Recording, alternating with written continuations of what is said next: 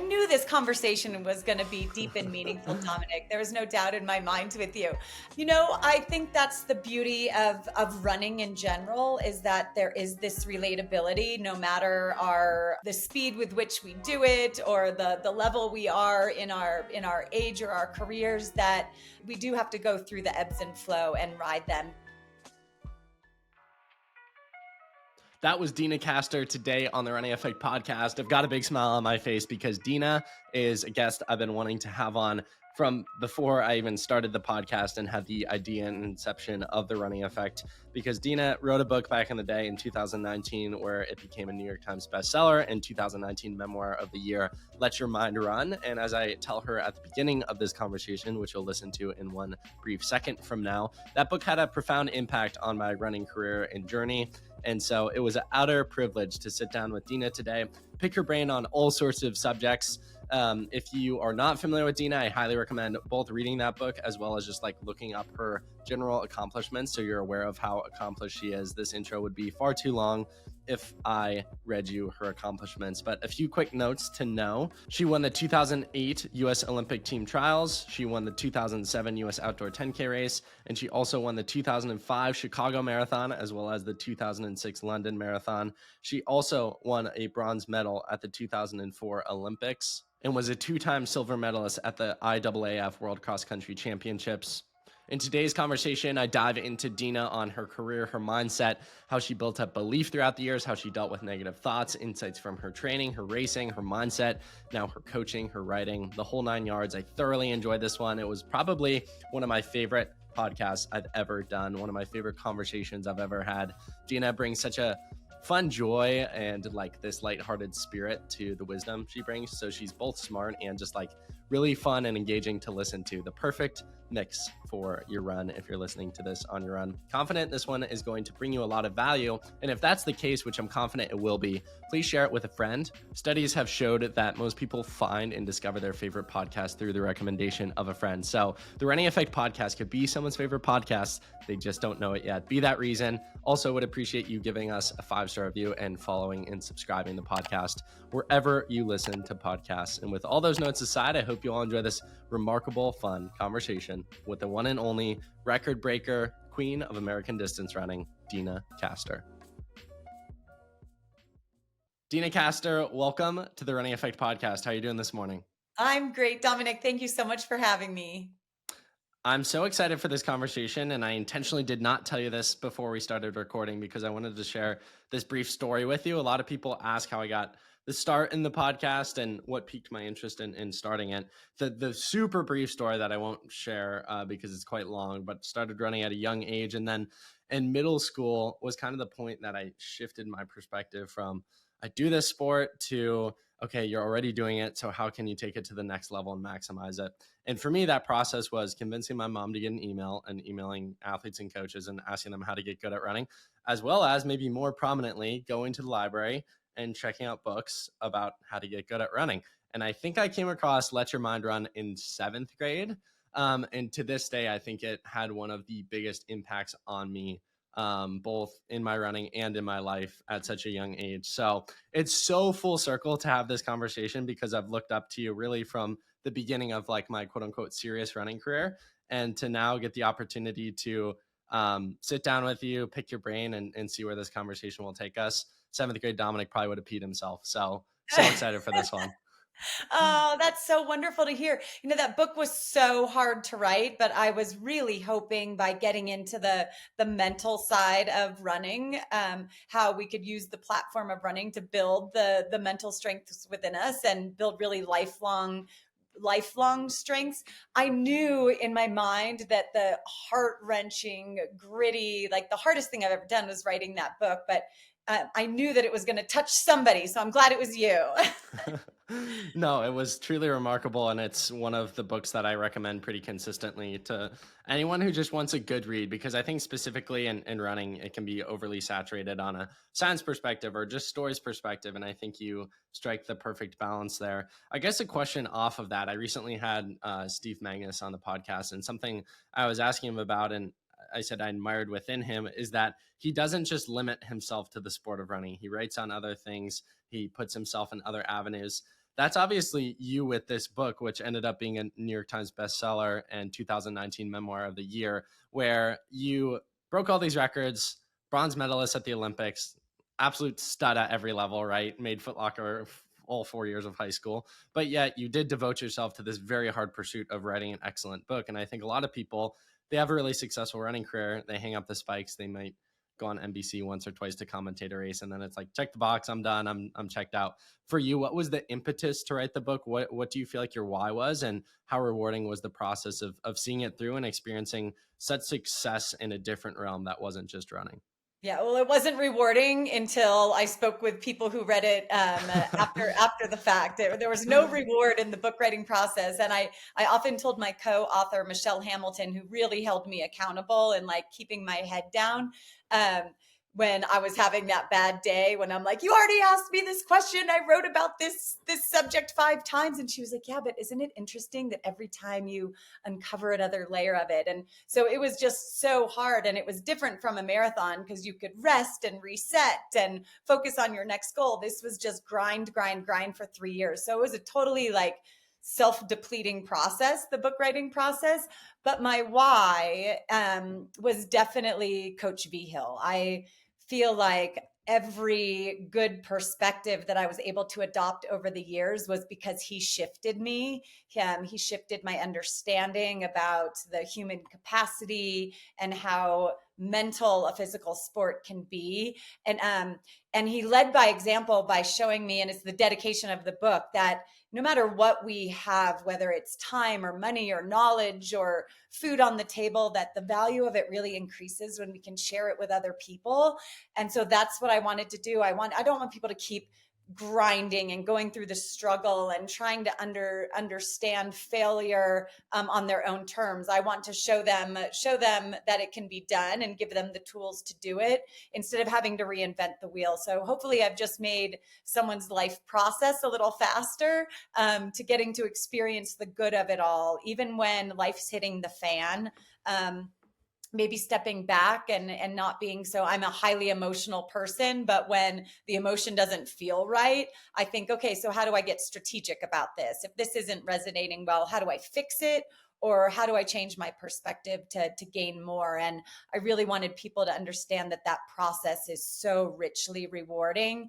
And Steve Magnus is, yeah, you mentioned his name. He is such a great influencer to me because he so beautifully brings the science into the sport, but also shows how to apply it. He's logical and emotional and scientific, and I feel like I try to be those things. So again, that's part of my philosophy, is creating relationships and friendships and this unending pursuit of improving and trying to excel by learning by the people around me who are doing the same thing or things that I'm aspiring to do. So just really being open to learning a lot so that I can apply it to my own striving.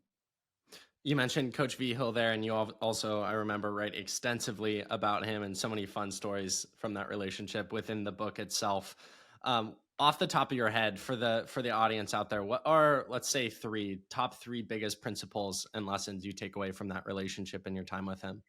Oh, I would say number one is living living that lifestyle that's going to allow your dreams to fall in the seat of your lap. I feel like I struggled and struggled and struggled trying to make things work all the time, and found so easily that if I'm making these decisions day in and day out, these simple decisions that are going to guide me to my goal, just how easy success became. It started becoming harder the more nuanced it got over the years, but it was such a beautiful lesson. Another one is just believing I have the ability. So many people struggle with believing in themselves, but also maybe wanting a fast road to success. And he let me believe, he instilled in me that I had it in me to do these things. It just wouldn't be overnight. I just had to be persistent and apply myself. And so that was another big one. And gosh, I feel like I could rattle off a lot of things, but it was really scary writing the book because I wanted him to be the fabulous person he is. And I kept hoping it would come across just what a wonderful, wonderful man this is. Um, I'm trying to think. He had so many beautiful lessons. Understanding that times and places aren't going to matter later on in life, even though that's what I was striving for. But it was like the experiences. So I really tried to make sure that those experiences were rich and rewarding. With being friends with my competitors, because they're now the people whose couch I crash on when I'm traveling over in Europe, or creating those memories. When I was in the book writing process, Michelle, my co-author, was saying, Deena, you can't end every chapter with this celebration with all these people sitting around and eating a meal. And I'm like, but that's what we do. And she's like, choose one. You get to choose one meal. And so I chose Athens, because we dined until the sun was coming up the next morning. Um, but those things seemed to resonate more with me than the times and places. Even in real time when it was happening, I was striving for these goals, but it was really the things that stick out in my memory are where we went to dinner the night before, having dinner with Constantina Dita from Romania, the Olympic gold medalist from 2008, a few years prior when we were at the London Marathon, and going out for a nice fish dinner with her the night before the race. Like, these are the memories. But I had to go back in my journal and be like, okay, what else happened that weekend besides this really nice dinner with Constantina? So thankfully, I'm a good journaler. I took a lot of notes along the way, and my parents were really good at scrapbooking. So between all of that, I was able to recount some years of really fun times. Going back on each of those points, the first one you said was lifestyle and how he preached that to you. What would you say to a listener out there who knows the lifestyle it will take to accomplish their goals, but I think a constant push for a high school or collegiate out there specifically is they have all these outside voices that say, stay up late, come to this party, do this thing, do that thing. And quickly there can be this disarray of priorities and all this tension.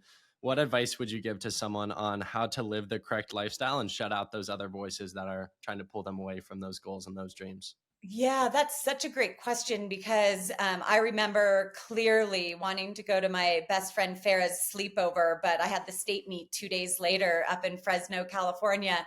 And when I was asking my parents if I could go, they were like, my mom was like, no. And my dad's like, absolutely. If you think that's the right decision, then you should go. And I was like, dang it, I hate that he's giving me this choice, because I know the right thing to do is not go to that sleepover. And I went to the party for dinner and cake, but then I left at 9 o'clock, and I was kind of mad or pissed off leaving early when the party was just getting fun and exciting, and they were laying out their sleeping bags. But I didn't miss out on everything, and she was still my friend the next day, and the day after that, and the day after that. So I think it's really valuable to learn early the art of saying no with grace. Like, oh, I can't do that this weekend, or I can't show up there, but why don't we grab breakfast in the morning before school? Or, there's always something. Or like, jump in the car and I'll have donuts for us the next morning. There's always a way to say no, but like, no, I can't do that, but let's do this. And continue to nurture those relationships while prioritizing your passions in your sport. I love that. There was a quote I came across, this morning, actually, that I feel like is in line with this topic that I want to get your take on. The quote was, if they don't have what you want, don't listen to what they say. There's no greater waste of time than justifying your actions to people who have a life you don't want.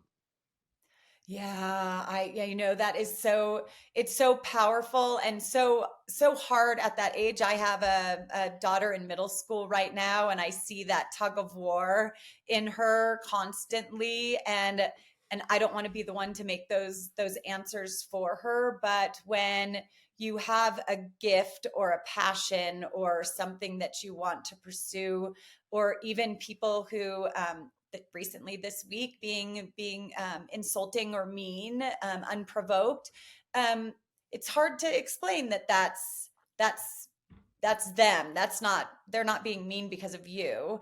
They're being mean because of them and something that's lacking in them. And that's really hard to explain to a 14-year-old girl when they're trying to fit in, but they're also trying to stand out. They're trying to be independent, but they also need their parents. Like, it's such a hard time to go through. But if you have that passion for running, let that be your guiding light, because that's going to make you stand apart from anybody, not just in middle school, but in high school, in college, and beyond when you get into a professional career, because the gifts and the lessons that we get in our running shoes grant us such a stronger traits that we nurture, like grit and determination and perseverance and goal setting.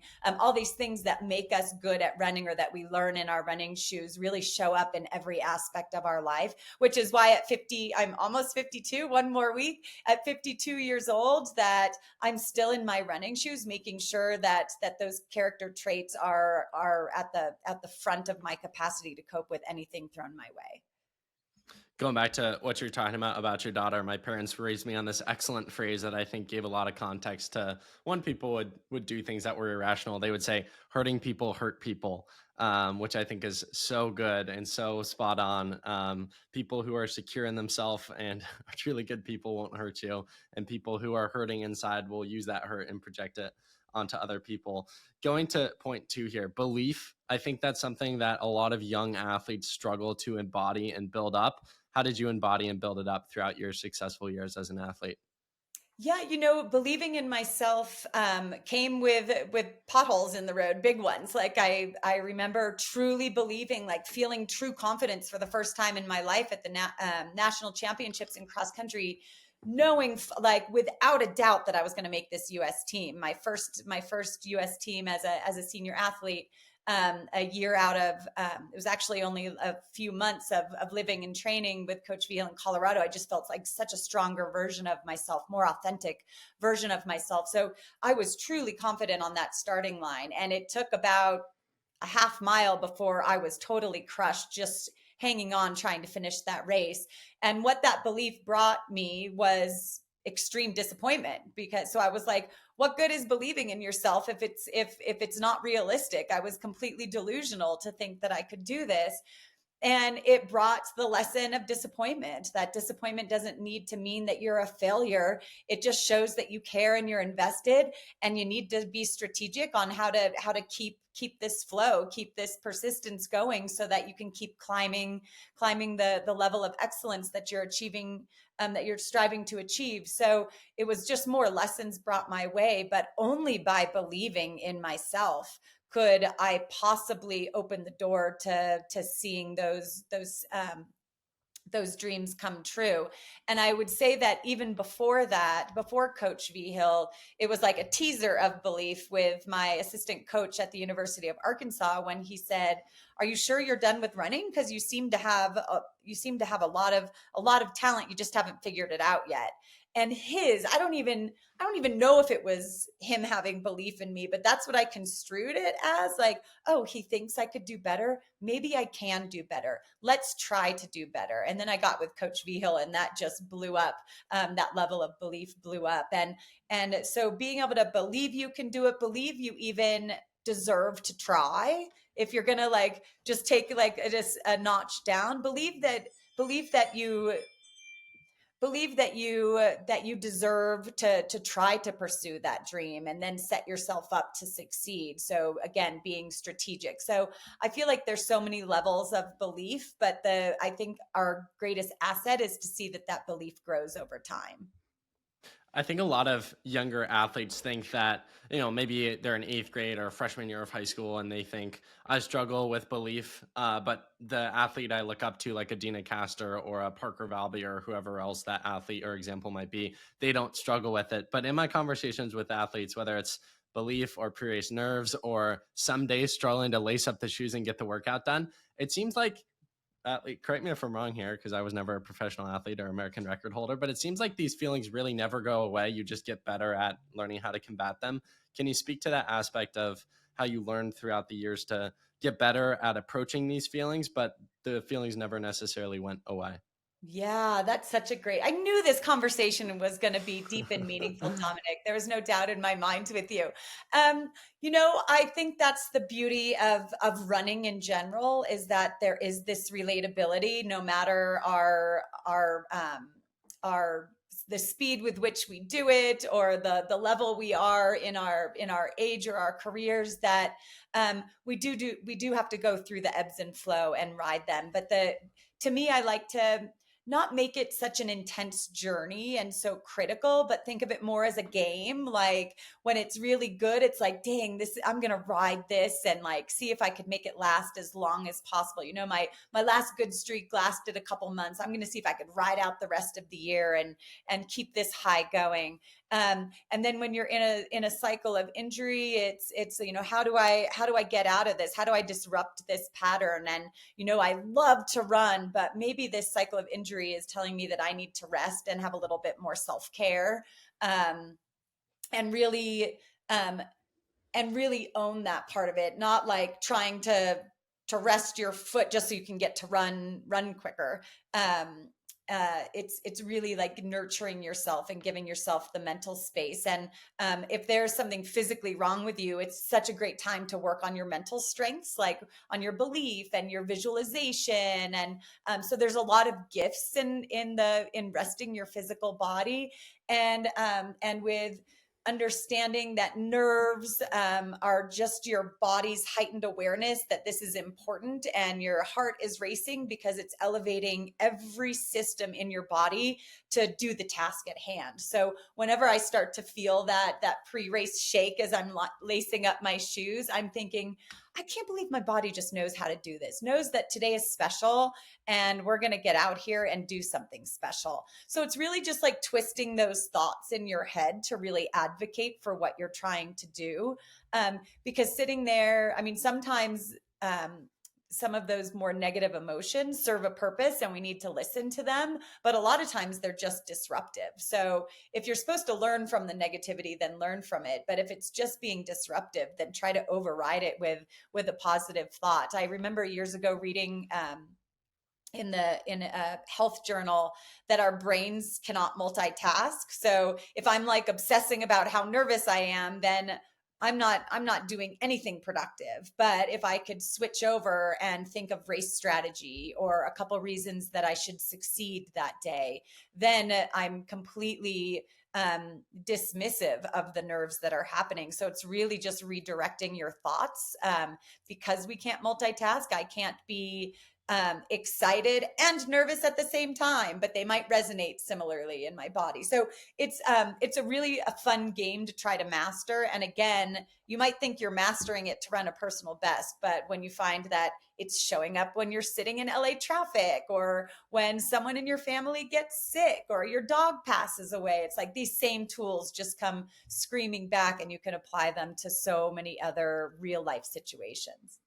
The multitask point is so excellent, and it's so funny. The people who think they're great at multitasking, anytime I share that stat with them, they're always like, oh, that can't be true. I think I do it so well. But in my conversation with a mental performance counselor on the podcast, she's a close friend, Shannon Thompson. She's been on multiple times.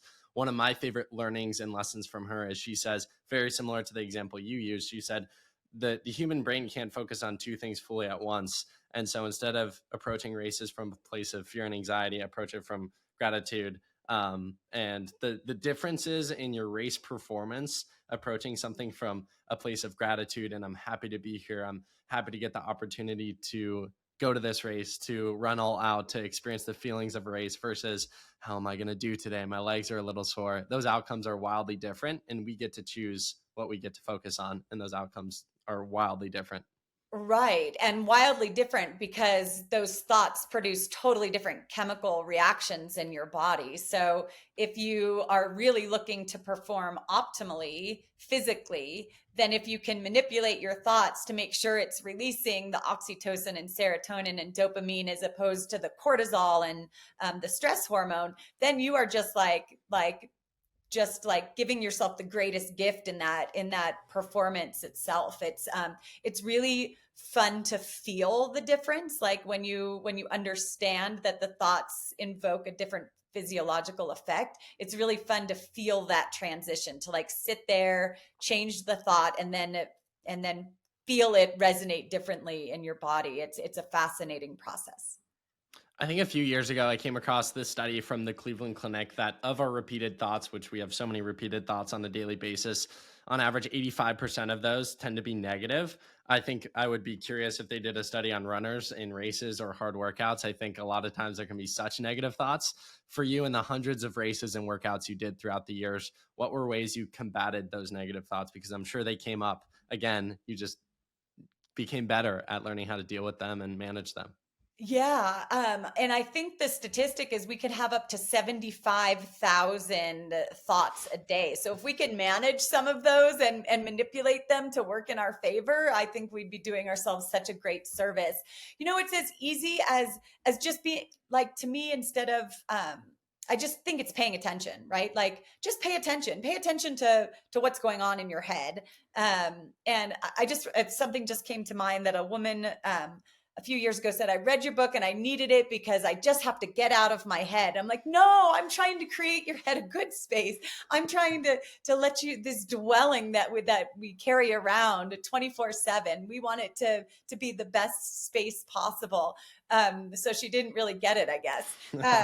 But with our thoughts, I mean, it's as simple as like, I'm tired. Like, well, that doesn't serve me. Unless the I'm tired is going to lead you to like, just go take a nap or get into bed an hour early. I'm tired doesn't serve you any good when you're out in the middle of a run and still need to get 5 miles back home. So I'm tired. What are we going to change that to in order to get through the rest of the run? You could say, wow, this is where I get to build my endurance because I've gotten to this point that I'm fatigued.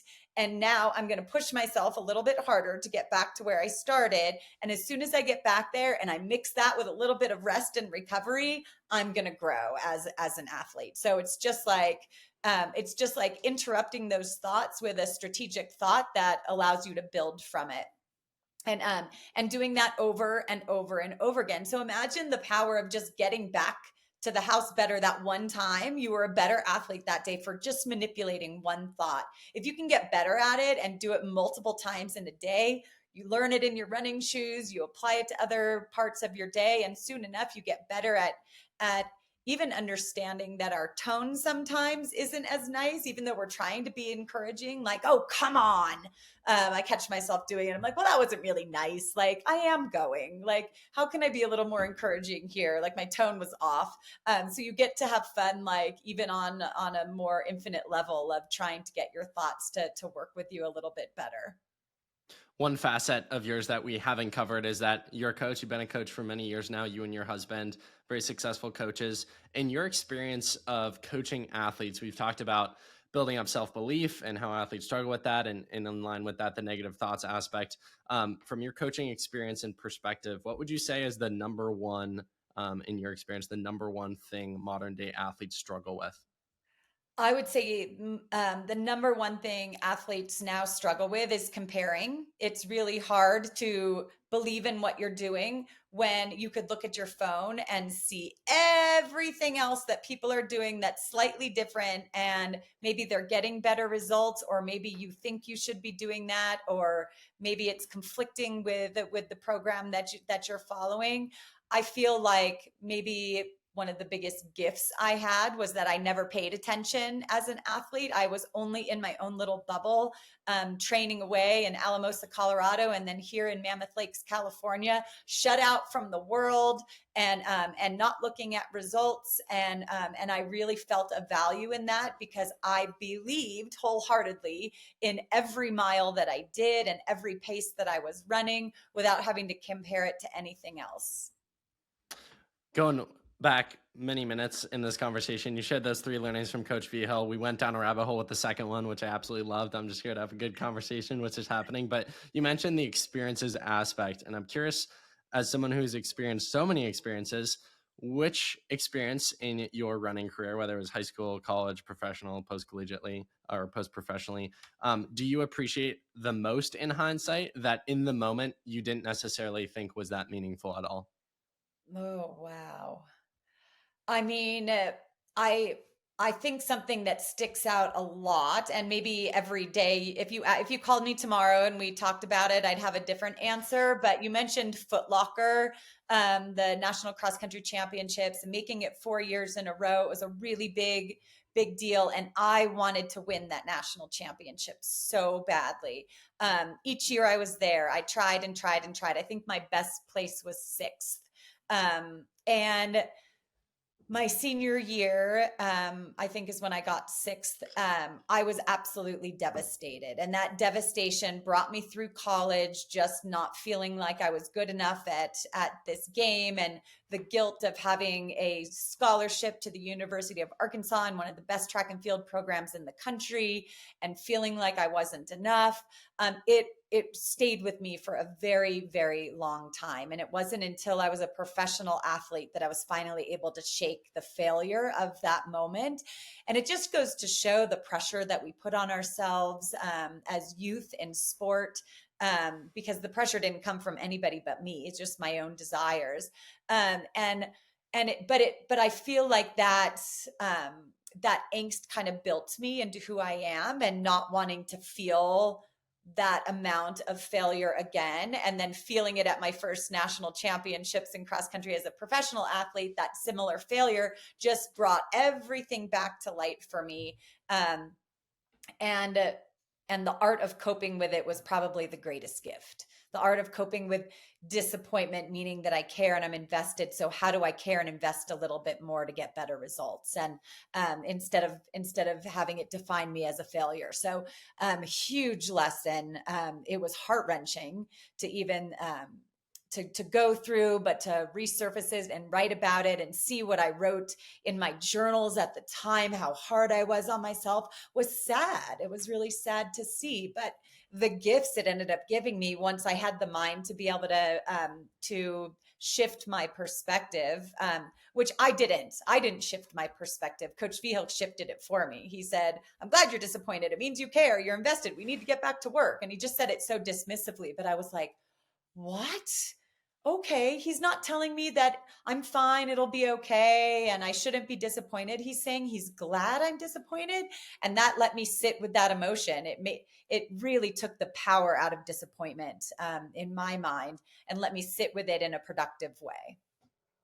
So deep, so good. There are actually a lot of athletes, I'm sure, listening today, including those who competed at Foot Locker. I was there, and I know a lot of them listen to this podcast, who I'm sure didn't make it all 4 years, because you're in a very exclusive category there, but who have made it, have had disappointing races, because this is the thing high schoolers train for and dream of for years and years and years. And then you go and it maybe isn't what you hoped or expected for yourself.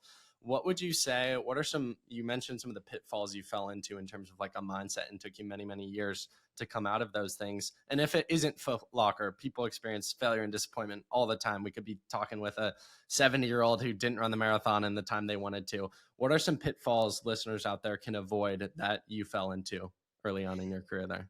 Yeah, I think sometimes we put so much pressure on place, and place doesn't just have to do with us. It has to do with everybody else in the race, and we don't control how they prepared. So really finding the art and love of the process of getting out there each day and getting the most out of each day, not meaning on your easy day grinding because you really want to get the most out of the time in your running shoes, but making that recovery day truly a recovery day, like making it maybe without your watch, because you know the loop is about 45 minutes, and get out there and really enjoy the scenery, or go with a friend who you know is going to slow you down and allow you to recover, and maybe make it about connection and relationship, or make it about putting your mind elsewhere and troubleshooting, or thinking next steps, or what your social media post is going to be next week, whatever that is, like taking the edge off. And then and then so much time, it's about time, and time is great to chase. It's like, I love having those little carrots out there of like winning a race or breaking a record, but time is also dependent on so many factors going right that are not in your control. Weather probably being the one that pops up in my mind the fastest. And really not just having a plan B with race strategy, but it's really important to have a plan B as far as what you're trying to get out of a race. Like if you're going for a personal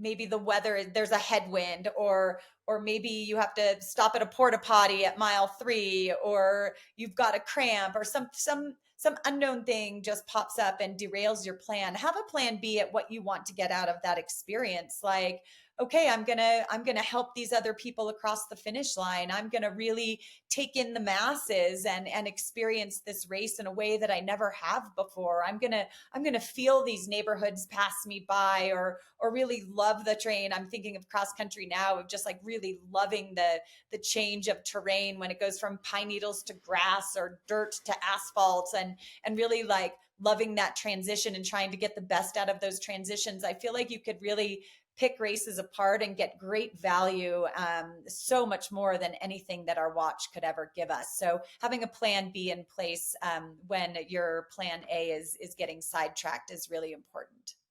You just mentioned the shift in perspective, loving the change in perspective for cross country. Be honest with me. Did you really love the change from dirt to asphalt with spikes on? That's the worst feeling in the world.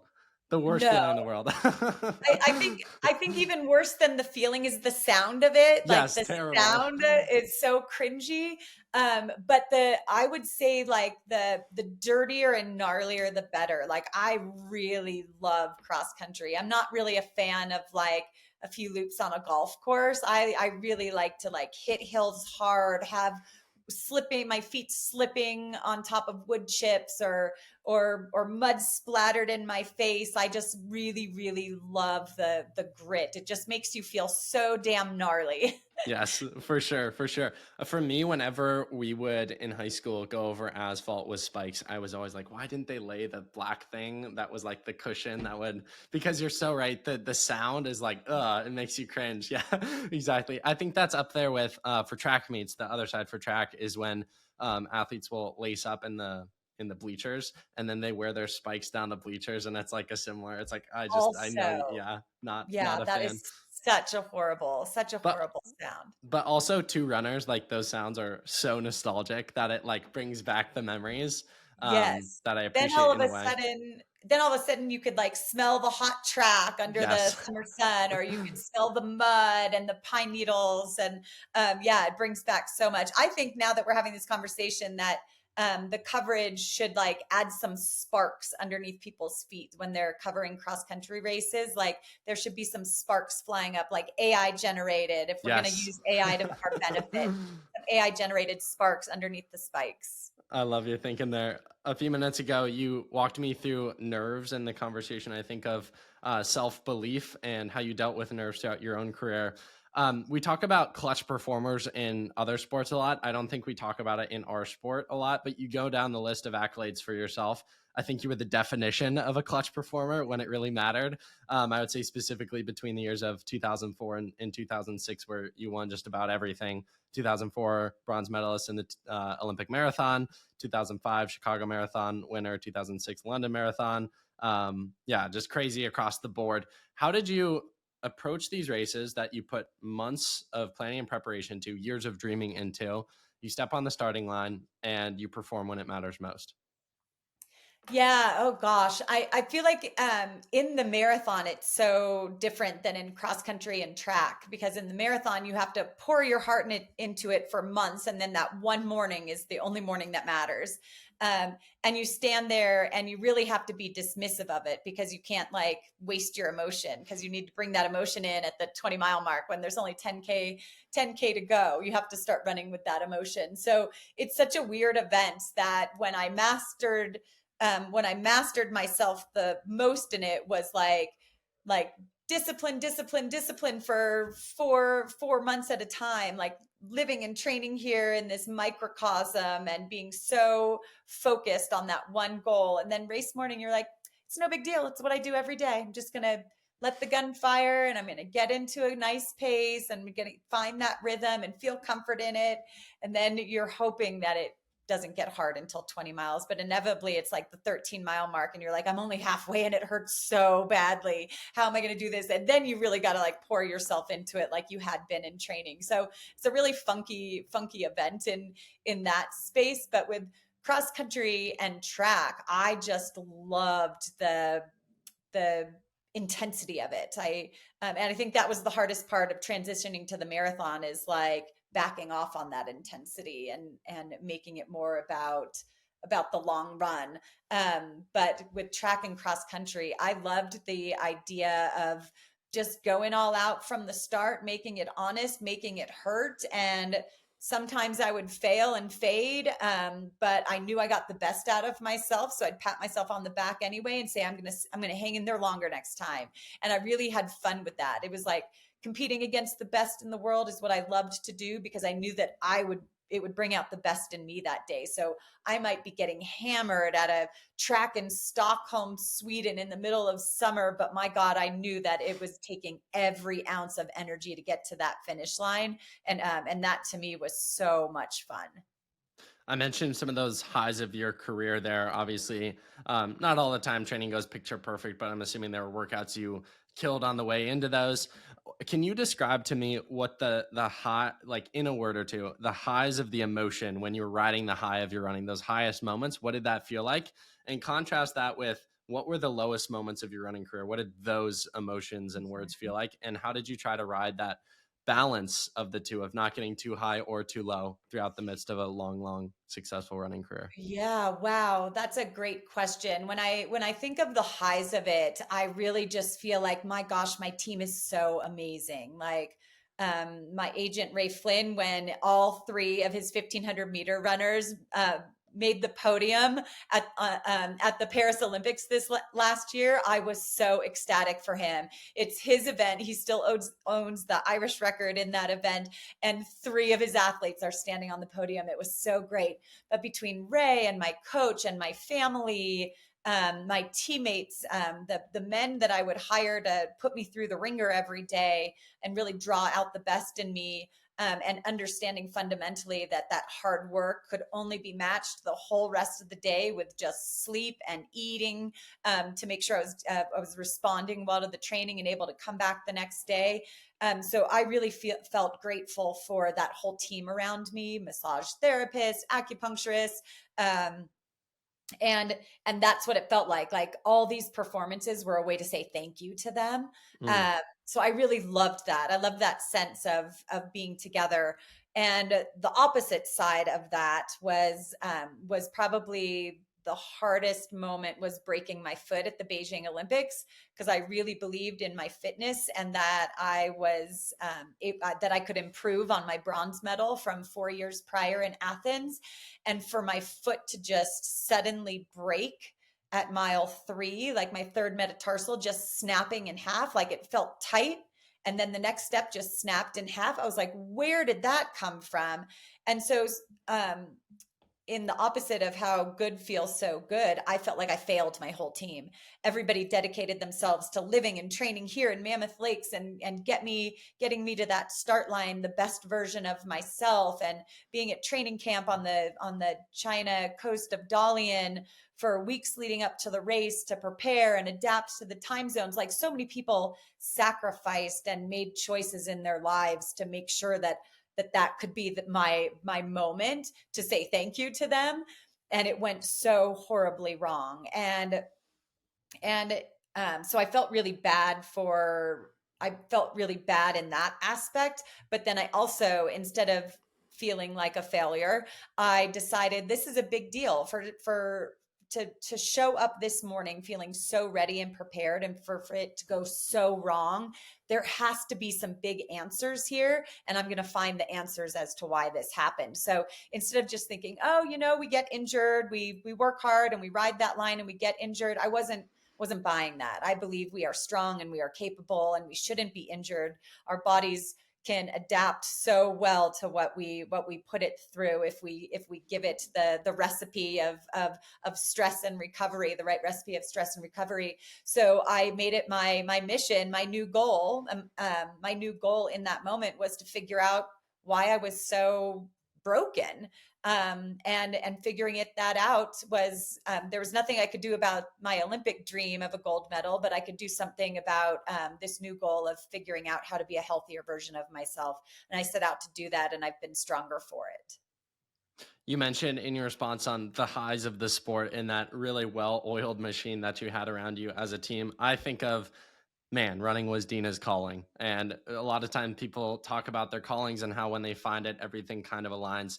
For you, at what point did you feel like running was your calling and the thing that you were willing to devote your life fully to? Because you described that day, and I think some listeners think that sounds amazing. And then other listeners think, oh man, having my life revolve around running sounds like it would be the worst thing possible. But for you, you really embraced that. And as a result, these results came from it. Yeah, I think it definitely comes back to the time that I was living in Colorado very early in my professional career because Coach Vihil made progress so fun. Like I was giddy about seeing what was happening on my watch. Every day every week I showed up for mile repeats at Cole Park and being like, oh my God, I thought I gave it my best last week, but I'm faster this week. And it was like such a high.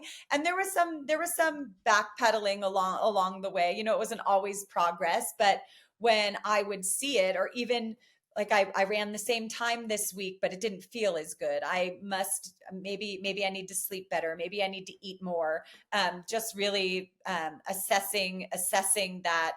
And I love keeping training logs because I feel like it really does tell us a lot about our progression.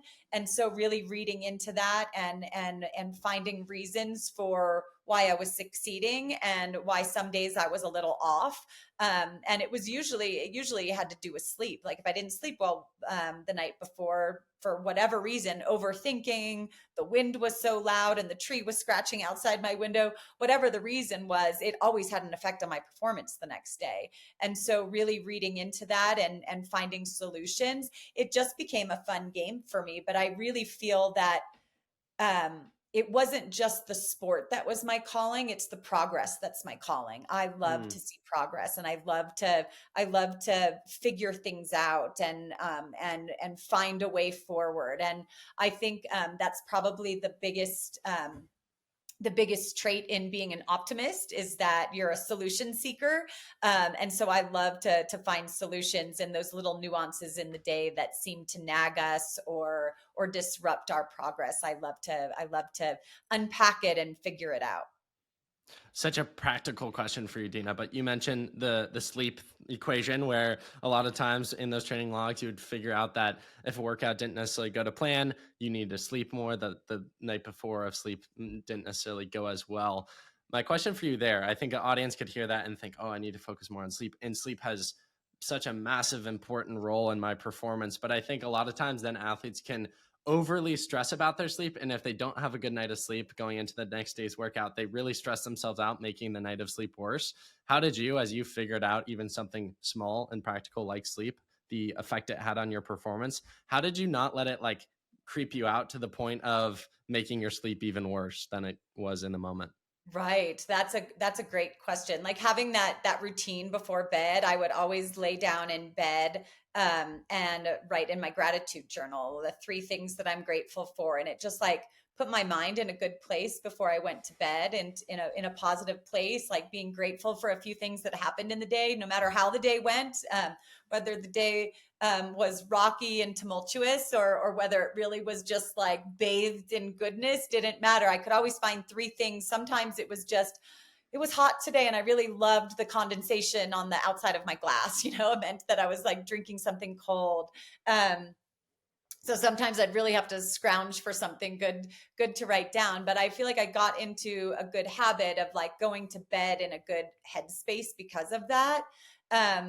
But so much that if you create that routine in your daily life, that 2 nights of being in a hotel room and up at night nervous about your race and getting two poor nights sleeps in a row because of your race anxiety doesn't matter because I'm mostly rested.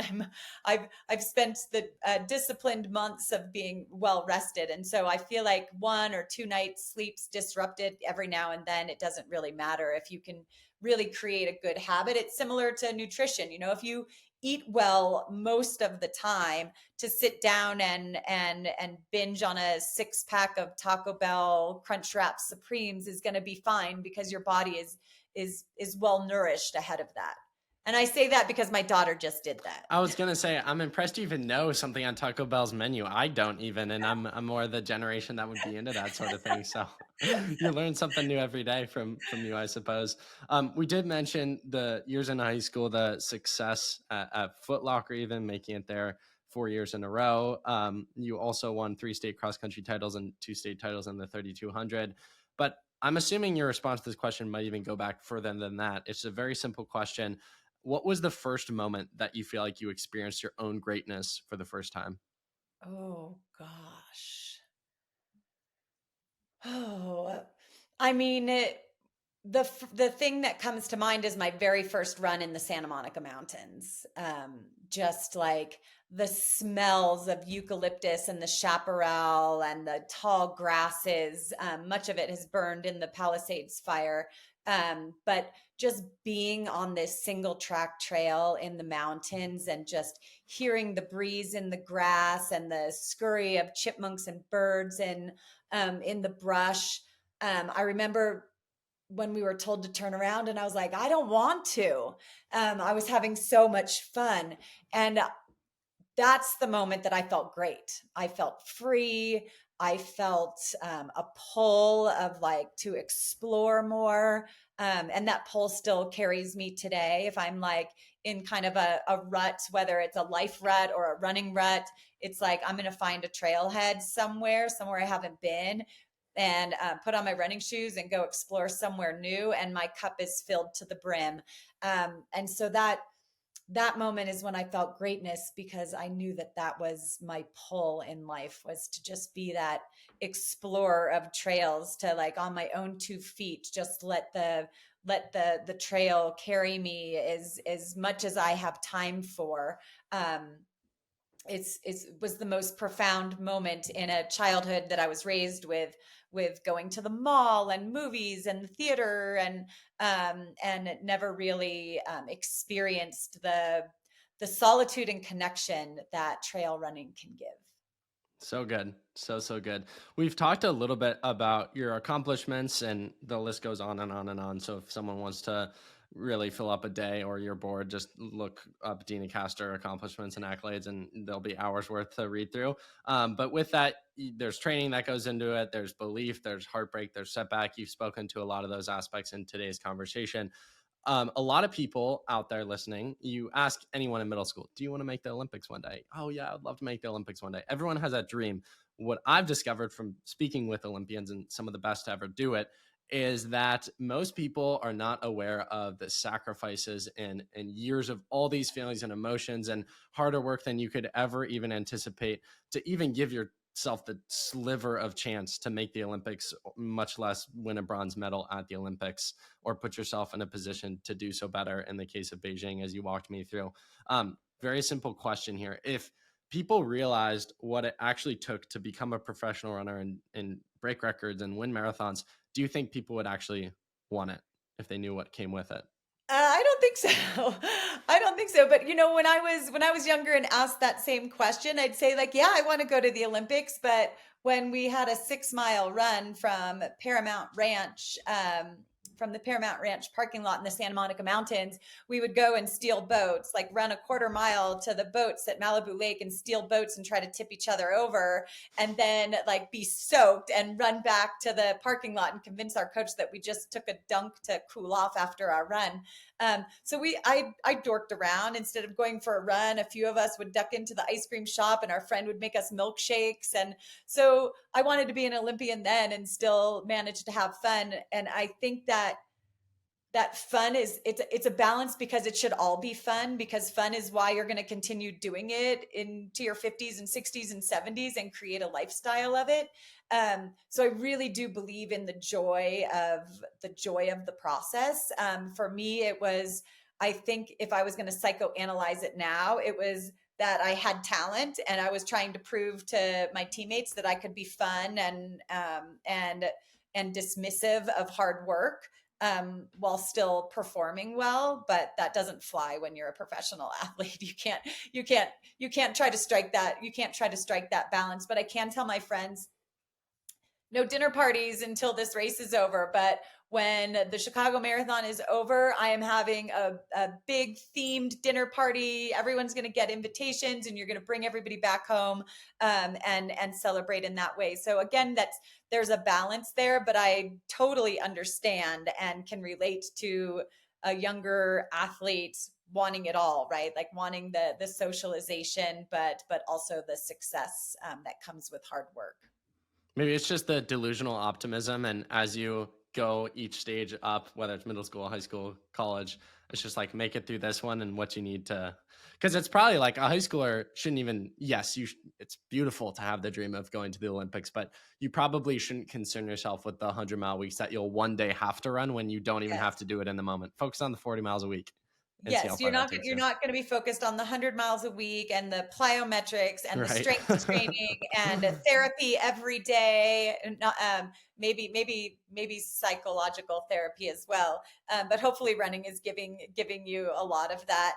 So yeah, you don't have to think of all those other things that fill your day, because it is a 24/7 job. It is every single day, all day long. Everything you do is going to give or take away from your performance, and making those choices can be pretty daunting. But if you just do one thing at a time, like my advice would just be do one thing better. If you get into bed a half hour earlier during the school week, that just doing that is going to make you better at running. It's going to make you better at your schoolwork. It's going to make you a better friend, because you'll be less agitated and more involved, a better son or daughter. It may not make you better at Fortnite, because that's what you want to stay up to do, but you'll get better at all the other aspects of your day. You're the cool mom. You know all these things. Fortnite, Taco Bell. I'm sure the high schoolers out there listening love this, and the 6-year-olds have no clue what you're talking about. So good. Two final serious questions for you that are top of mind. First one for you. When people hear the name Deena Kastor, what do you want them to think of? What do you feel like is the legacy you left behind? And knowing you through this conversation and reading your book, I know you're not stagnant. I know you always want to do more and more and more and do new things. So what do you feel like is the legacy you left behind, as well as what's the legacy you're hoping to build in the coming years in this next chapter of life? Oh boy. I mean, I never think of legacies. I just try to help where I can. I would say maybe like optimistic and inclusive. I do like to bring people together, and make people feel welcomed. Like if I'm sitting there on this next to the start line, lacing up my shoes, and someone wants to take a picture, like give them that time, because those moments matter more than whether my shoes are laced up this very second. Um, so I would say optimistic and inclusive, or kind.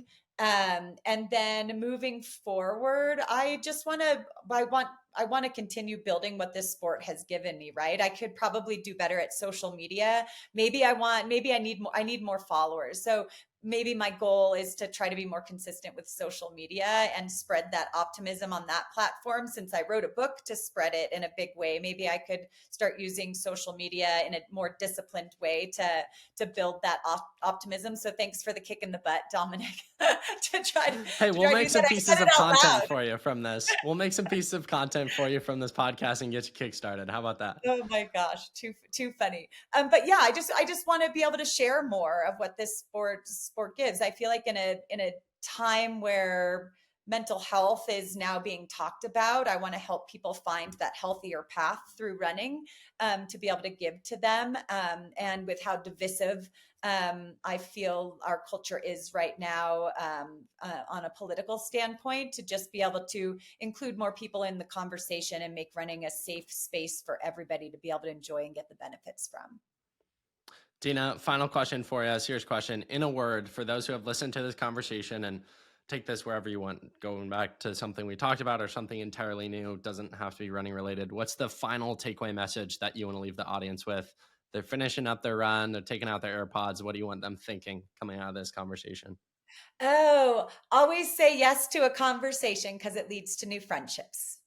I love it. I love it. And then final question for you. The question I have You for every already single... had a final question, Dominic. That was your final. Okay, you can do I one said, more. here we go. I said that was the final serious question. This is the Oh, final question. oh, the final. A fun one. The question I ask every single guest on every single episode, which is you included. So I need your response on this. If you had Gordon Ramsay coming over for dinner, what would you choose to make for him? Wow. I would probably make a chili crunch salmon and a shaved Brussels sprout pomegranate pistachio salad So and fancy. some multicolored potato stacks. That idea I got off of Pinterest. So you start with um, beets and yams and white potatoes, and you thinly slice them with the mandolin and stack them on top, and then smother them with like butter and garlic and herbs, and bake them in the oven. And they get to be these crispy little potato stacks, and they're really beautiful on the plate. So I'd probably make those three things. I feel like a terrible chef. I need to level up after hearing that What are you gonna make him? complexity. Oh gosh, not that. I can tell you that much. I mean, I'm simple. You see, at my age, you just make what works, which is like beef, rice, and roasted vegetables. So, Sounds balanced. something easy, or you just go the complete opposite route where you try to hit a home run and you try making like fillet, or you try to make like beef Wellington or something, and it's like if you hit it, you're out of the park, but the chances of failure are so much higher. So I'd probably play it the safe route. But I made a mushroom Wellington for Thanksgiving because we pardoned a turkey. We bought a turkey from a farm but let it live. So I made a mushroom Wellington for Thanksgiving. But if Gordon Ramsay was coming over, do you think he orders pizza very often? We have a couple really good pizza restaurants, so maybe I order a pepperoni pizza and drizzle it with some hot honey. oh, Just do that. He'd I'm probably hungry. appreciate that and not like trying so Yeah, hard, right? that's fair. That's very Yeah. So fair. I'm now I'm hungry now. changing my answer. Yeah. Pizza with hot honey. I love it. Yeah. Well, Deena, I will let you go. I'll let you run.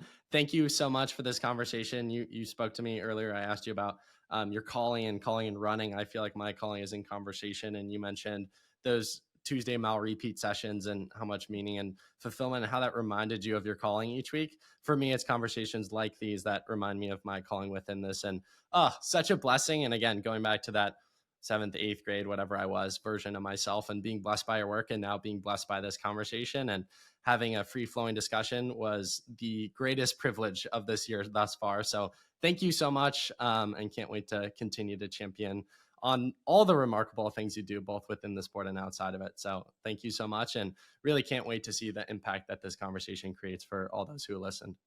Thanks, Dominic. You do this so well. Keep up the good work.